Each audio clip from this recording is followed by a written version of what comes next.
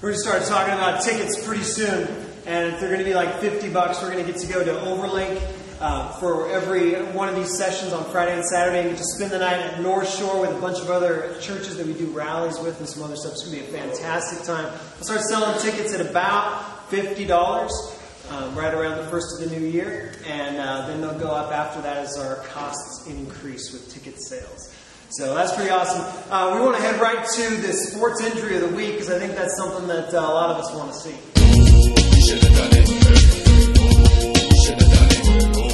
The repercussions I felt. You should have done it. Should have done it. Done it. Dirty hand dealt as I felt. You should have done it. You should have done it.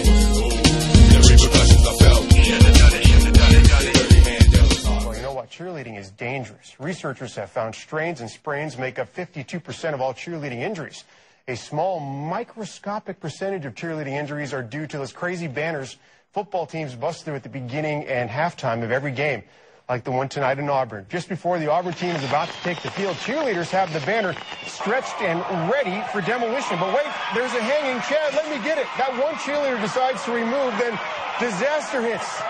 She takes out a player, ducks for cover, and does her best to avoid the stampede of young men in shoulder pads coming her way. Boy, she must have felt like Costner in the beginning scenes of Dances with Wolves. The young lady was okay, slightly embarrassed. She suffered a bruised jaw, but she hung in there for the entire game. Oh. She was a homecoming princess, and the crown may have saved her. This spot is open. We like local sports, and we just got lucky that a real sports injury happened real close to town. But take your video camera with you. Take some photographs, because we want to see everything that happens to you. And if you have to make something up, we'd prefer it, actually. If you want to make up the accident with the hippopotamus, just document it well and show it to us. We'd love to see it. All right? Well, right now we've got the special privilege in our studio here of having Eric Horton. Now, Eric was not ever a cheerleader. Is that correct? I didn't know. Oh, well, let's go there. Eric, tell us just a little bit about your sports career. Well, don't make it up. Fine. All right. In 7th grade, I played football. Oh, that was really fun. I got my neck almost broke, actually. Yes. Yeah. But then that's why I quit. It makes sense. And then in 9th grade, I did cross country. Little Cameron shot out there. That's fine. Yeah. And unfortunately, we haven't made the state yet, but I'll get next year. And I'm cross country next year. I'm the captain. The captain of the cross country team next year. Fantastic. Well, we're excited about that. I have a couple questions. What would be, obviously you run cross country, what's your favorite sport to watch? Watch? I say golf. We got a lot of input from our live studio audience, which I'm sure the fans over closed circuit television and on cable TV and the web are going to appreciate it. But let's find out from you here. I don't even remember what you said. I said golf. Golf. Okay, so the ridicule was appropriate. I didn't know. I didn't exactly hear it the first time. So carry on. I think it may be curling. Maybe. No. I think football. Football. And do you prefer the Pee-wee kind of action? Yeah, Eric's Little Heroes, if I can throw that out there. It's like a little bunch of kids fall on the ground, tumbling. Yeah. They get hurt. It's pretty cool. Yeah, and almost break their neck, I hear sometimes. Yeah, that's cool. Yeah, well, great. So, your favorite sport to participate in, is it still cross country? No. No. He's got a dream, ladies and gentlemen. Tell us about your dream. My dream is to become an ultimate Frisbee champion. Yeah. You guys have maybe seen the UFC on TV or maybe on tapes, and Ultimate Frisbee Champion could be coming to a field near you. That sounds great. Tell us a little bit. We're going to go a little bit deep. If you were stranded, Eric, and this is the spotlight on Eric here. If you were stranded on a desert island, what 3 things or beings would you bring with you? Just go ahead and give us in numerical order. I think I would take the dog Daisy. Dog Daisy, that's number 1. That's my Bible. dog. Your Bible and your dog. And lots of water. Lots of water. And I'll run the rest of the way. Excellent. Come on out there. Yeah. Excellent. Well, that's fantastic. And to go a little further with this, I noticed you chose bottled water, correct? Or is it just handfuls, or what was it? Handfuls. But favorite beverage? If you had to go colas and you had to go major brands, Pepsi or Coke?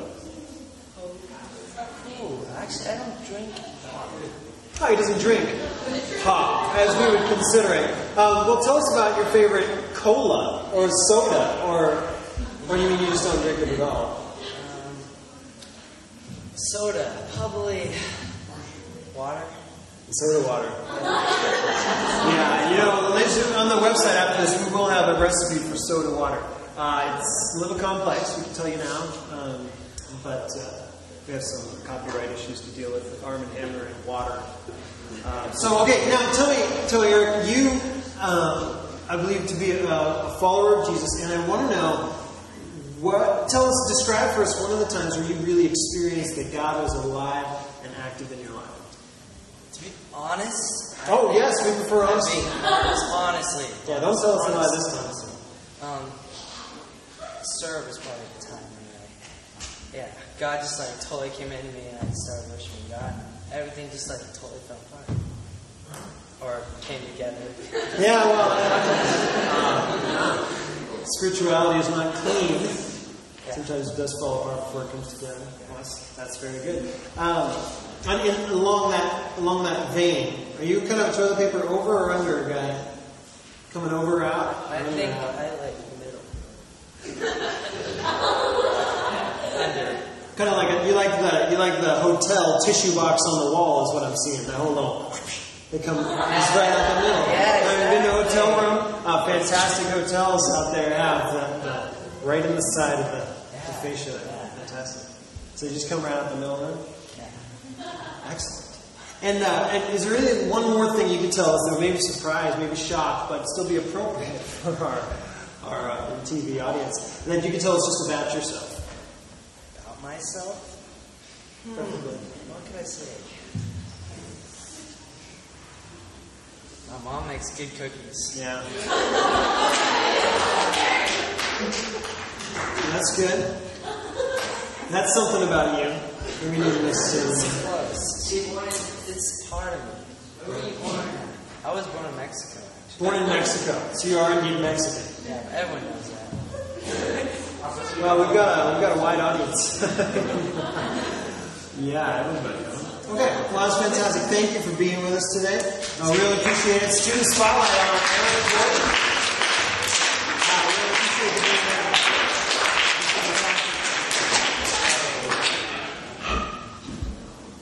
All right, well, it's been fantastic to have you guys in the live studio audience. Really appreciate you being here. There's a few things that you need to know. We're going to be coming back here shortly into this very room after a short break for some Italian sodas and some espresso and beverages, things like that. So that's going to be a short break, and at 7:10, we're going to be right back in this room with a contest, and we need some volunteers for. So we'd love for you to be a volunteer. Also, we're going to be answering some questions as a group discussion, answering some questions that you have about the Bible, about faith, about your own journey or somebody else that you know.